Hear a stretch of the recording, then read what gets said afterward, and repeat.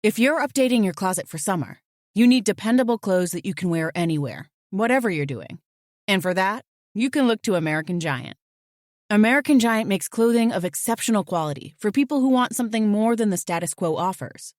Whether you need to re-up on reliable everyday t-shirts, pick up a solid pair of shorts, or invest in a pair of durable jeans, American Giant is a better choice. They make everything right here in the USA, from start to finish. So when you buy from American Giant, you become part of creating jobs and improving local communities in towns and cities all across the country. And keeping things local ensures the kind of quality you'll feel and appreciate for years to come. Shop your new summertime closet staples at american-giant.com and get 20% off your order when you use code WA23 at checkout. That's 20% off at american-giant.com with promo code WA23.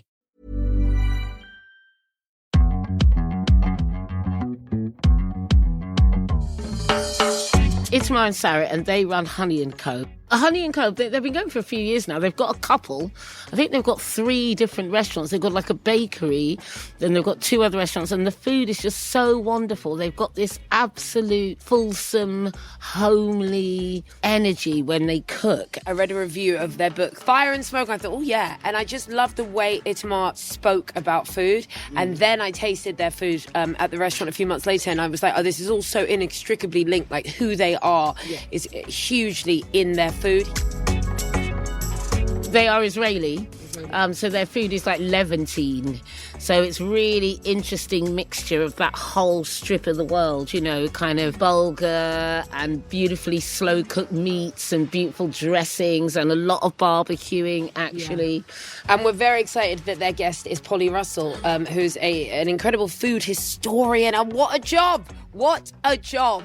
But definitely just has an encyclopedic knowledge of the history and the journey of ingredients. I think it's a really good way to talk about history. It's a really good way to talk about history. It's a really good way in, because what people eat, when they ate it, why they ate it, how they ate it, absolutely tells you a massive, massive story. And Polly's from the British Library. She's one of the head curators at the British Library, so she's a really interesting woman. She runs the British Library food season. So it's really lovely that they've brought her. Do you feel like you cook differently when you're cooking for chefs?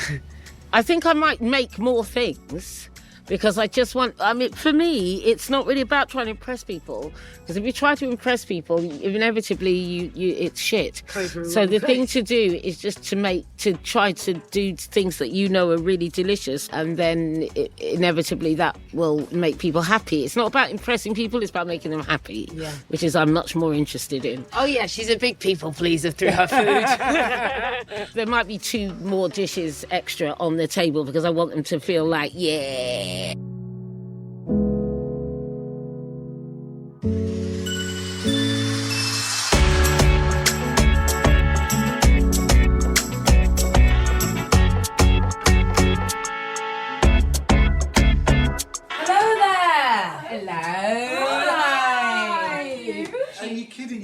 You're going to need to get security to get us out of here. No, I've got Tupperware. We're moving in. I've got Tupperware. What are you talking about, Tupperware? Is this the level of service? You're never going to get rid of us.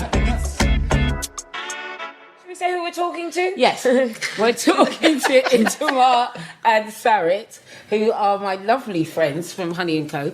And they brought with them, who have you brought with you? We brought our beautiful latest addition to the Friendship Circle, which is Polly Russell. The latest and the best, I have to say. Yeah, it's your favourite. Yeah. Am I the last friend you met? Like, meaningfully, yes. Oh, that's nice. Yeah. That's one that's become a part of our lives, yes? Yeah, for sure. You're at the British Library, Polly, so your job, what is your actual title? Yes. She's a naughty librarian. She's our naughty librarian. Wow. I'm the head of the Eccles Centre for American Studies at the British Library. Which is a much more impressive title. And Is it though? Is it though? And I run a food season at the British Library with a team of people. Which I've been in. Yay! And they've been in. And we've been in. And it's very interesting and fascinating. And you've been in brilliant. to see our collections, haven't you? Caravan collections, My Miquita. goodness. Yeah, that was. We should actually let's serve ourselves while we. Let's serve that was ourselves quite when we talk heavy. about this stuff. So we've got some rum and ginger braised ribs. We've got some 2 different types of poached beetroot with pickled berries. It's like blackberries and blueberries. There's a mustardy one and then a sort of smoky one. And then we've got some barbecued aubergines with green seasoning, pickled shallots and crispy shallots. We've got a turmeric mayonnaise and a white potato plantain pakora and some Johnny cakes. Yeah. Yay! Wow. I'm excited. When did you first get here? Well, I came first time 2000 was the first time I Right. came here, but I came alone first time around. And you do obviously work quite intensely together. That's such a. I mean, we talk about the fact that my mum doesn't really love, like, the closest people to her are the people that I think she finds most annoying in her kitchen. Does that make sense? Do you mean you? Yeah. Me and my dad. Subtly referencing. Me and my father. But as a couple, they're not harmonious in a kitchen together. We're not harmonious in anything we do, but the nice tension of it, it's true. The nice tension of it is what creates what we do as well. Right. So we try never to work in a kitchen together anymore. Not in the same one. Not unless we absolutely have to. What comes up between you when you're in a kitchen cooking together? First of all, we want to boss each other around because that's because our definition, because we are the boss, then we boss everyone that we work with because that's just what we do. And then we do it to each other, but we don't need to because we each know what we're doing and no one needs to tell the other one what to do. But we're just so used to that's just the way we speak. But also, we're so. Boss But we're so different from each other. terrible Like, way. I'll tell you yesterday. Oh, you laughed about My me. God, that was so funny. It was the most Sarit thing I've ever seen done. She was trimming okra. And when she was laying the okra on a tray, like in little piles, and she was grading them according to size. Oh, nice. Very soothing. 50 by 30 tray of okra laid like soldiers and piled. But the difference in size between this one and this one was like a centimeter. No. But we had 5 grades. That's so meticulous. I love It's not that. true. There were some really long ones and some short ones, and they were cooked differently. Itamar would never do that. So this is where the kind What would you do? Would you just be topping and tailing them, chuck them on a pile? Yeah. Yeah. That is like wouldn't. I was going to say, you probably wouldn't even top and tail them. You just like, okay, yeah. I'm into Time that. to I'm eat. into like really Because that's how Miquita organises her clothes. Yeah. Well, I think what I've liked getting older actually is that I think the way your mind works is directly kind of linked to the things that you've loved forever. And I've always liked kind of because this lady has not always been that organised. I've always had a very organised. She is now, but not. She's 20 when she had me. It was chaos. Sorry. I mean, it's true, but how dare you? If you didn't have such a funky, reckless, rebellious spirit, you wouldn't be such a brilliant chef. You know what I'm there you saying? go. There you go. And if I wasn't so anal, my wardrobe wouldn't be so beautiful. God, I don't know. It sometimes makes me a bit panicky how But what are the organised things? she is. What are the things that you are organised in? Because everyone In has the like kitchen? the things that So in the kitchen, I'm really organised Yeah. in the kitchen because I can't bear not being. Yeah. I can't, work in a kind of complete. So this is the chaos. thing: is people have it in different places Yeah. in their life. Yes. Because you need it somewhere. Because you can't have everything being absolute chaos. One of the things that makes me happiest is like in a restaurant with mise en place when everything is just ready, just before service. So beautiful. And everything is put all the garnishes And it all in looks little pretty. trays. The calmness and of mise en everything's place. ready and it's ready to go and it's about to kick in. I'm like, I only learned, and my mother's the chef, what mise en place is last year when I was doing Bake Off. And my mum went, "You've got to get your mise en place sorted." And I was like, what is that? And I was like, "Oh, that's that thing you guys all shout at each other and say you're going to do. But what is it?" And I actually thought it was a really interesting thing. One chef, if you'd like to explain what it is. mise en place. It's everything in place before service, ready to go. Yes. So all your prep, all your garnishes, everything you're going to need, almost in the order you're going to need it. Yes, on the pass, so that when the plates come up, you're ready to finish the plates and get it onto the pass and send it out. Yeah, it's like setting up the production line. Yes, it's the production line. It's yeah. the production line. So when you got here, though, 20 odd years, right? Yeah. What were you greeted with in terms of the industry? What were restaurants? What was happening then, really? It it was very chainy, like a lot of big chains. So when I came back, first it was working for Conran Group. That was the big kind of thing. Everyone was working for the Conran Group. All the restaurants were like the Conran, very fine kind of dining, this like modern European. And then Jay Shiki's, which is also kind of like a restaurant group and very kind of European leaning. Like what we struggled with mostly was finding the food we would eat. And it was very fine dining-y, but fine dining that was not what we're talking today about Michelin, like kind of fake fine dining. I mean, as I remember that kind of time, it was a bit like that kind of dead hotel energy. Yeah. Kind of, yes. Yeah, Do you know what I mean? That that's weird chicken where I don't understand what they've done to it. Yeah, How do they make it have that weird texture? You wouldn't have independent restaurant. You needed a chunk of money if you wanted to open a restaurant. Right. Not just that. We were jobbing chefs at the time. We couldn't afford to go out that much. Jobbing chefs back 20 years ago, we earned like £1,000 a month or something like that, and we worked most of the time. So like, we didn't really go out. That middle area, that kind of well, they call it casual dining, which I always find a little bit odd because it's not fancy, but it's still going out for dinner. Do you know what I mean? And that didn't exist in the way that it exists now at all. No. You know, you would do like the takeaway places or the like Indian, the Chinese kind of thing. So how did you kick your stuff off then? What did you do? I never know that. It doesn't sound like the easiest climate to start something in.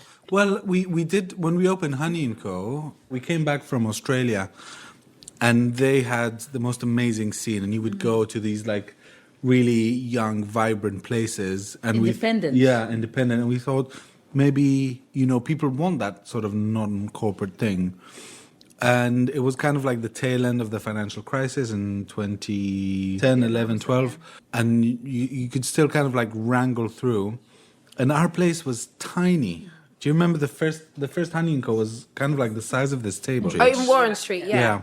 We didn't even have like a proper business plan or anything. We could afford the rent, and it had a working kitchen. And that was it. And we just said, we're just going to go in and we just start cooking. And we honestly didn't have like... Because what we were looking for, which was like to do like a proper like fire kebab place with lots of things, we couldn't afford. Nobody was talking to us. We were just two chefs out of like kind of working for other people, so we didn't have any kind of name, and it was quite hard to like get any of the proper properties we were looking at. We couldn't afford them either. And then we just said, we're just going to cook, and that's literally what happened. The first meal was one of our kind of most standard meals ever, like sinia, and which is like a lamb with a tahini crust thing, which we would have for dinner loads of times, and a salad. We would put like 3 dishes on the menu and 2 salads. Yeah. And then the next day we'd cook a different 3 dishes and a different 2 salads. And then slowly it kind of, but people... And then we couldn't work it till, so all the starters were £4 and all the mains were £8. True, we didn't remember? We didn't want to know that we couldn't... We didn't know how to do it. So we just said, okay, we'll just do everything at £4 and all the mains are £8. Yeah, that's good margins.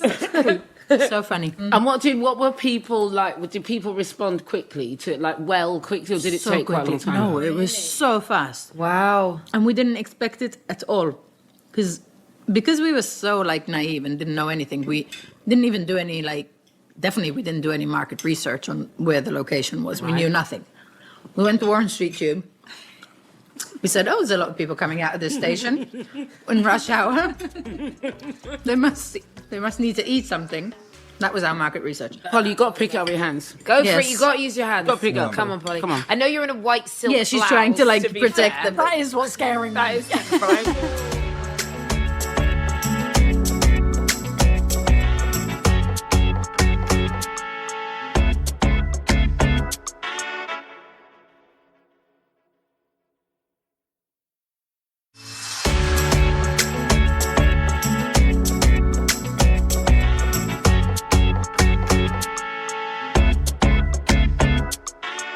I was just wanting to actually talk about this incredible opportunity that Polly gave my mother and I to go to the British Library and see the collection of things from Antigua. And just throughout the years, it just so... Honestly, I really didn't get to thank you for that. It was really beautiful. And you definitely thanked us. Okay. Just to explain, so Polly and her team invited Miquita and I to the British Library to be part of the Caribbean collection, but it was from Antigua, which is where our family are from. and on it we could see where the Oliver plantation was, which is actually at the end of the street that the princes, our family, grew up on. And it's where my dad, who is the Oliver name, that's where he grew up, in Point. So he would have which is been down growing there. up like on his old plantation without maybe even knowing. So much of that stuff lives in your head. You know, you're diaspora, you come from diasporic peoples. You know, we've all been through all kinds of shit, do you know what I mean, historically. And so much of it is kind of theory. You know, so when you see the actual evidence, the kind of that this is material where it happened, reality. it really makes your blood stop moving around your body or something. For me, it was an opening up because we've been back to the Caribbean quite a few times. We've been very lucky. We've been going quite often, I have to say. Yeah. And I've been doing a lot more, looking into just like how agriculturally the Caribbean was changed by enslavement and colonization. I didn't really think about things like that. I just thought about just the pain of people, but actually how land was changed. And I just thought, oh, Polly must know so much about all that.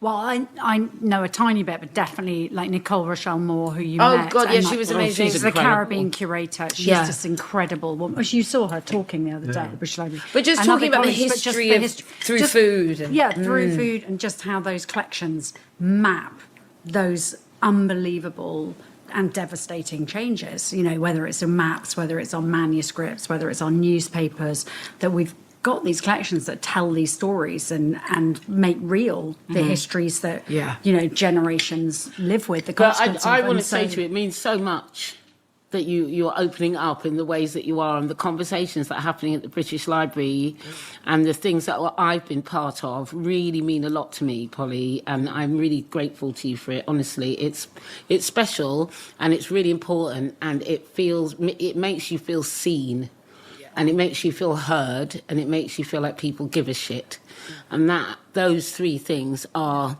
But the library is doing so much in trying to address things that have gone wrong. Well, Polly is. Yeah. And Michael, actually, Your like, I team. mean, really, like, you're making me kind of go goosey, because this is sort of why we all get up in the morning, is that there are these amazing collections that tell these stories, but that belong to all of us. They belong to you. You know, they are your stories. They're our stories. And that is what we get up to do. It's so exciting to be able to make those connections and get new people in, different people in, to understand them and to feel like they belong to those collections. Those collections belong to them. So that is like, and it is, I mean, I'm one cog in a massive wheel, and there are amazing people there with that energy. And you've met lots of them who want to do that. And so for you to say that, like, I think I might have to just like put that on a recording and play it very loud to the whole. And you'll see people curating the British Library cheering from St Pancras. But can I say that Polly is very characteristically being very humble, but she is such a driving force for good that honestly in her life and in her work that is just amazing. You know, she's like the good Karen. The good Karen. She's like, what is Millie's line?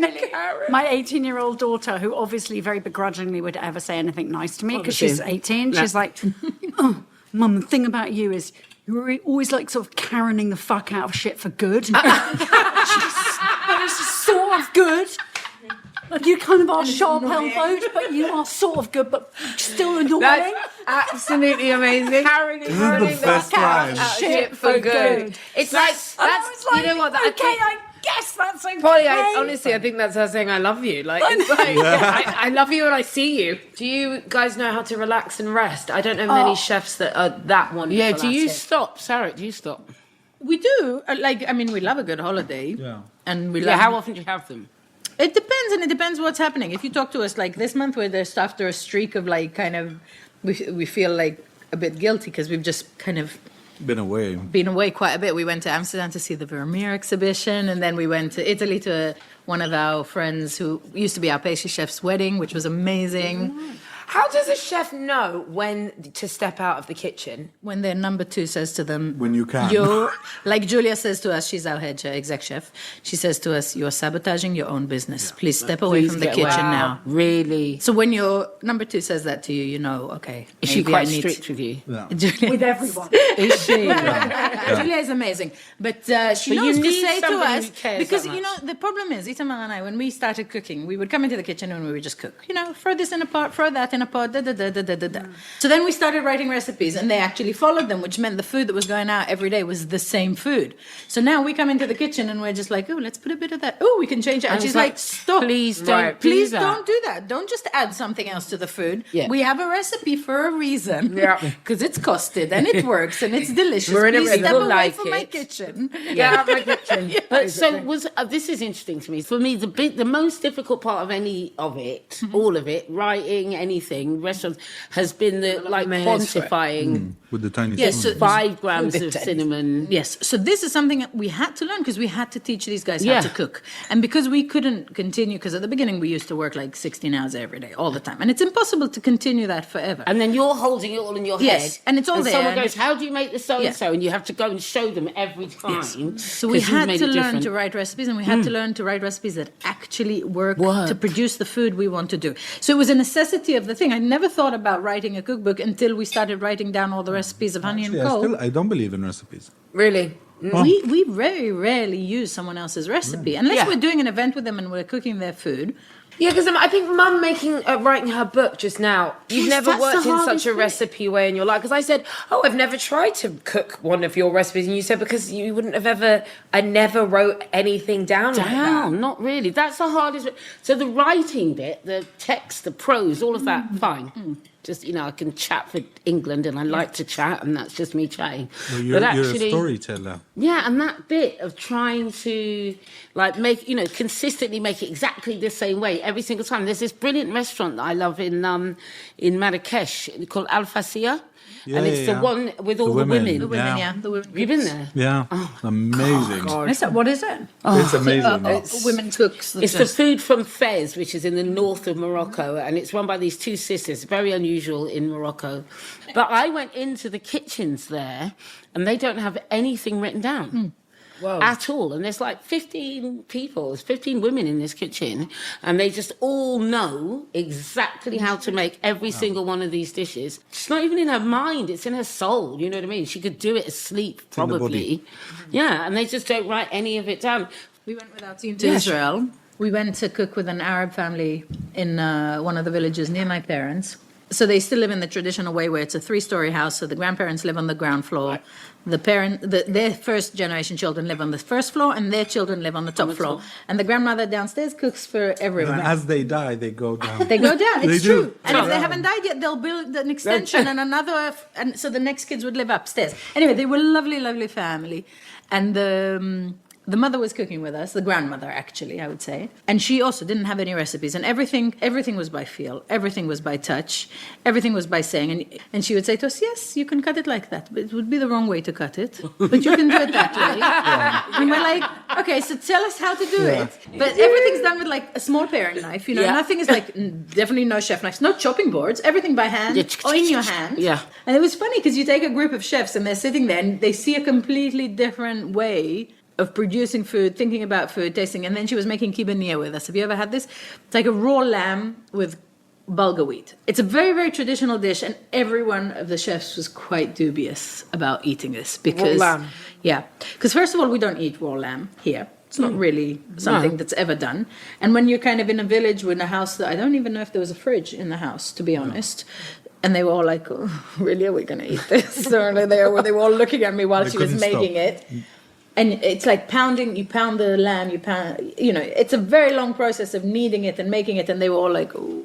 And then she served us the first one. And I just saw this chef looking at me. And I was like, eat it, because you're not going to embarrass us now.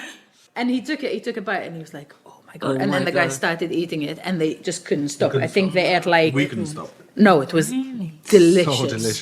So delicious. But like everything that in your head and in health and hygiene rules and everything is wrong. Yeah. It was amazing. It was so delicious. So when I started researching my book, I was looking at heritage Caribbean recipes, and there's so many, because it's oral tradition. There's so many things you just couldn't find. Like, you know, there are things like, there's a thing called sha dumpling, which is like a cornmeal dumpling that is made on the barbecue, on the fire, but you make it in sea grape leaves, which are a bit like fig leaves, but because they're big and they're spread like that, and you put it in the sea grapes and you keep turning it, and then it goes crispy, and then you take it out of that, and then you finish it off on the thing. But it's so delicious, but it's such an old recipe. I couldn't find it anywhere. I had to go and find an old lady. But it was really interesting, and, you know, just like sort of thinking about that kind of oral history, to like everything's like the one thing is spelt like 15 different ways, because it's not really ever been written down very, very often, you know what I mean? And I feel like now that I need to make sure that I get as many of these things down. That's why your book's so as possible. To have it. Is it the same with your cultural kind of... In Israel, the diaspora is from everywhere. Like loads of Moroccan, Yemeni, Eastern Europeans, Egyptians. No, but I do think that we're kind of like the generation with the grandmas still in one foot in another country. So my grandma was born in Egypt. My grandpa was born in Yemen. And your grandparents were still... Well, they're from England. Yeah. Yeah.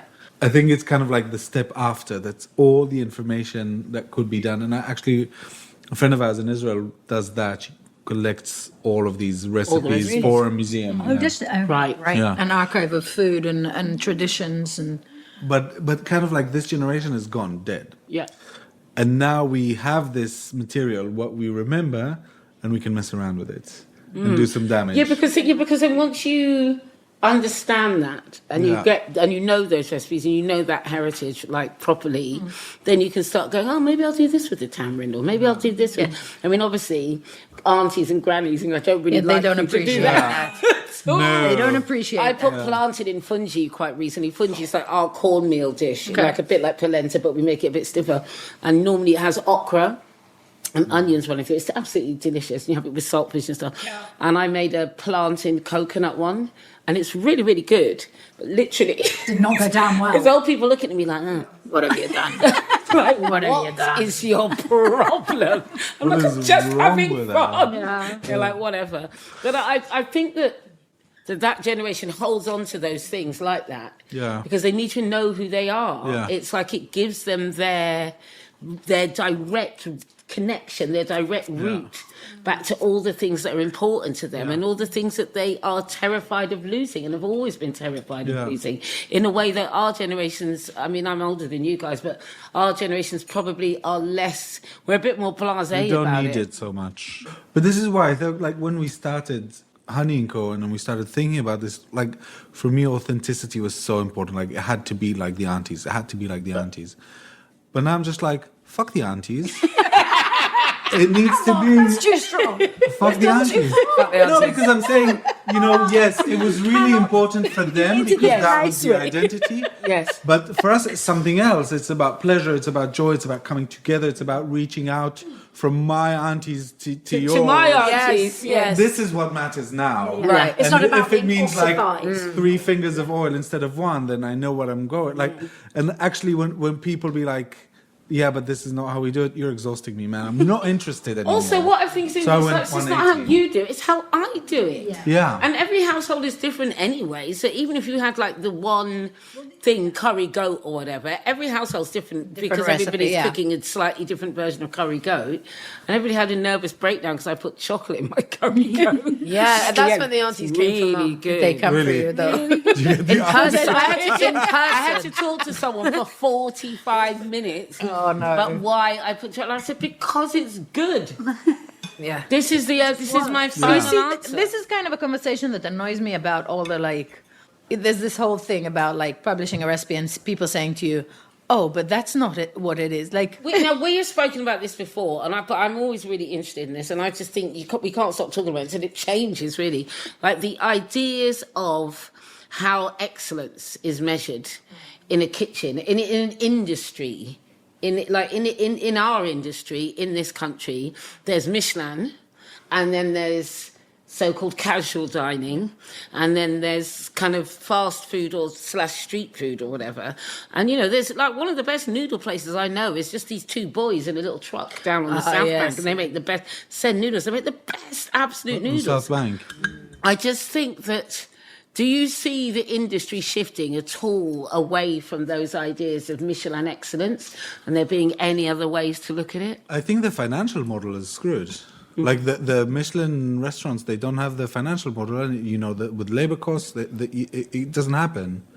If you think there are a few restaurants who sort of make it work, but it's not long term, I don't think, and it's not where the interesting stuff happens. And it's not where the delicious stuff happens. I think the delicious stuff is in a different kind of category, like I think. in the middle and on the sides. It doesn't happen at the top.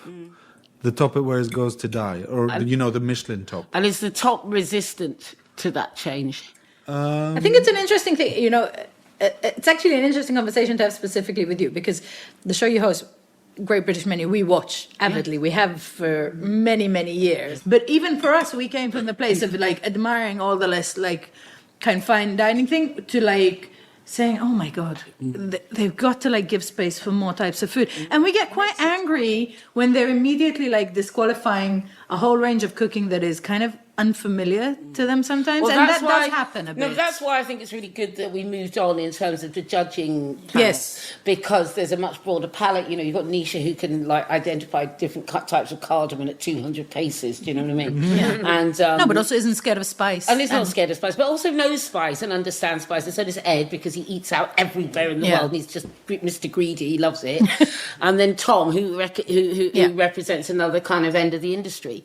But I think that in a way, that's kind of that representation in that room. That's kind of how the representation or the thoughts about what means brilliance has to kind of shift. Yeah. Because it can't continue, I don't think, in the world to be just through one particular lens. And it's not about cancelling out a lens. I mean, it's people opening come more, through that French route and do all that stuff. I have every respect and admiration for them, because that shit is hard. But it's also okay at some stage to accept the only thing. that it's not the only thing. And again, when I used to work in Michelin star, this was a long time ago, but we would never taste the food. It was too expensive for us to taste. I never sat there. Of course. I never tasted a dish. Of course. I worked there for 2.5 years. I never ate a full dish of any of the things we had on the menu. So how are you supposed to do that? So I was a commie to a demi. I was quite low. It was my first job in the industry. But how are you supposed to make sure the food you're serving is delicious? Because there's a difference between eating a spoon of soup and eating a whole bowl of soup and understanding where your flavor ends at the end of that. So like if a chef, all they're allowed to do is like taste a tiny bit of their sauce or eat the end of a mash or something, but never sit and eat the whole thing and think of the impact of eating mash that's like 90% butter with a whole load of reduction sauce and a really rich piece of meat, and they've never eaten all of that together, then they don't know what they're serving. And I think it's a whole industry that's built on not understanding food. Plus, they're all 20 to 25-year-olds, because after that, you burn out in that kind of kitchen. Yeah. A mistake that I see quite a lot of young chefs making, as I see them coming through the Great British Menu kitchen, is they're so obsessed with getting this star that they forget about being delicious. Yeah. It's like, it doesn't matter about the star. Just think about the food. Just think about look at St. John's. St. John's for years. Delicious food. Doesn't look delicious specifically. It doesn't necessarily look simple. Delicious food with respect to ingredients. Going for years, doing it well for years. This is kind of the... So there's like a big distance between... It's like the historic difference between like food as spectacle and as display and as not about, never was about taste. Historically it was about kind of impressing people, whether it's your guests or whether it's, you're the king chef and therefore I have the best chef and I'm the richest person. And so there's a way in which that sort of food is still in a kind of state of perpetual performance where the actual pleasure and taste and exchange is sort of forgotten. Because, to me, somebody coming to the table with that big giant pot and putting it in the middle, and with that thunk when the pot hits the table, I'm just like, oh my God, my toes are curling up, I'm ready to go, I'm like really, really happy. So there's different kinds of spectacle and there's different kinds of perception of what constitutes beauty and what constitutes something, desirable and exciting and aspirational. But I guess, in a way. when you do the pot on the table like that, that is about acknowledging all those people around the table and bringing them all into that. Whereas the kind of cloche being lifted from the plate is about the display of the chef. It's not about the people at the table and the group. It's about, look at me. I'm the person that created this.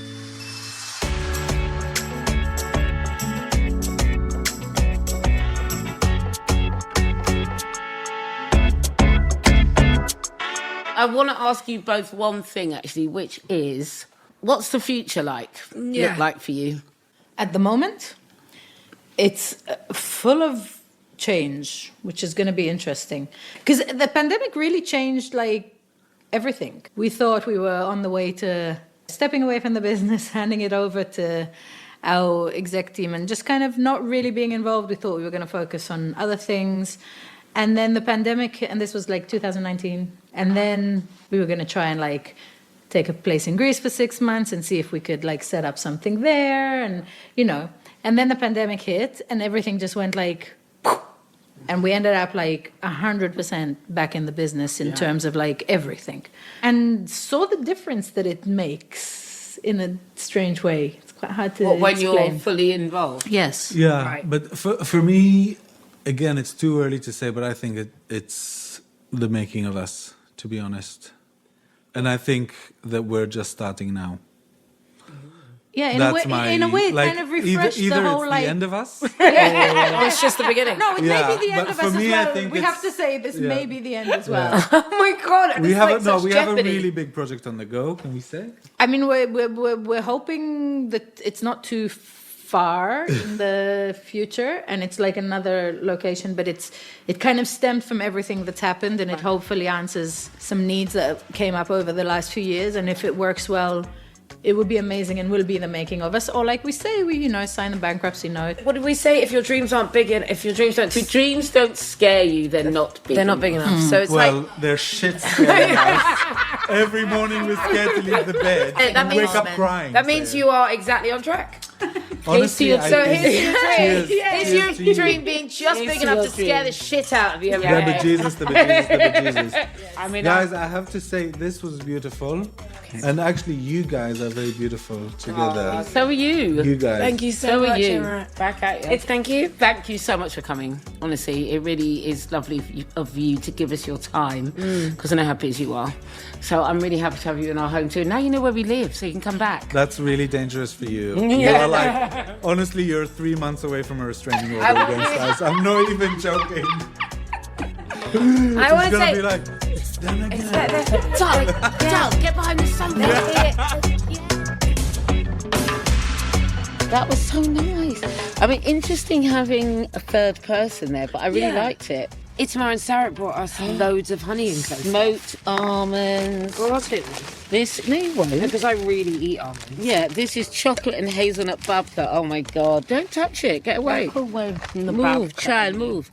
And then Polly brought us this beautiful book, Unfinished Business, The Fight for Women's Rights, edited by Polly Russell and Margaretta Jolly from the British Library. Somewhat comforting to know that people like Polly are at places like that, at the British Library. Yeah, and also doing more than lip service, doing actual real work. Yeah, because there's some problematic history in our museums and libraries, okay? So to have the right people there feels exciting. A lot of women in these positions, in these institutions, who were genuinely changing things.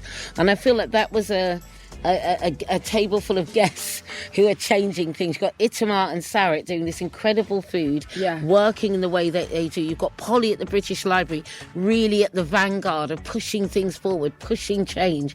And I think that we do it too, Mickey. So I'm going to big ourselves up in this conversation. We are also two people who are pushing for change and making change happen. And it's the only way that this stuff is ever going to shift is if we push and push hard. And I feel like today, and that lunch was a celebration of that.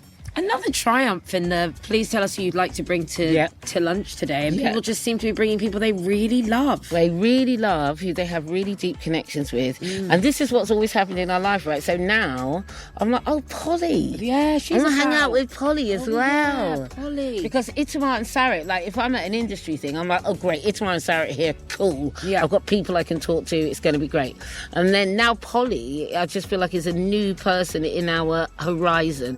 I can't wait to see what they're about to do next. I'm really intrigued. I was this close. She really told me. I know. She sort of looked at me and I sort of looked at her like, this is a safe space. And then she went, nah. You know, it's just a new project. I was like, yeah, she's not telling us shit.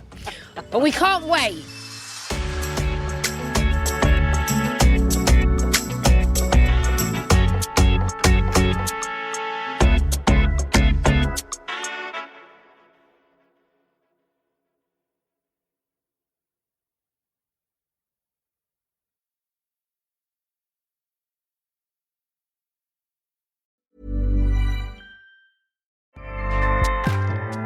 Acast powers the world's best podcasts. Here's a show that we recommend. Hey folks, it's Mark Maron from WTF. A year ago, we started The Full Maron, which means a year of weekly bonus episodes only for subscribers. Extended interviews, Q&As, special mini-series, stand-up, and lots of hanging out with me. The working metaphor for my anxiety is the calls coming from inside the house. Were there any episodes that you felt like you just didn't get it right? Yeah, there are. There are probably more than I want to admit. Frankly, I don't know why I like you so much. I don't either. I went to my first professional wrestling match for this series that's called Wrestling with Mark. Subscribe to The Full Maron at go.acast.com/WTF. Acast helps creators launch, grow, and monetize their podcasts everywhere. Acast.com.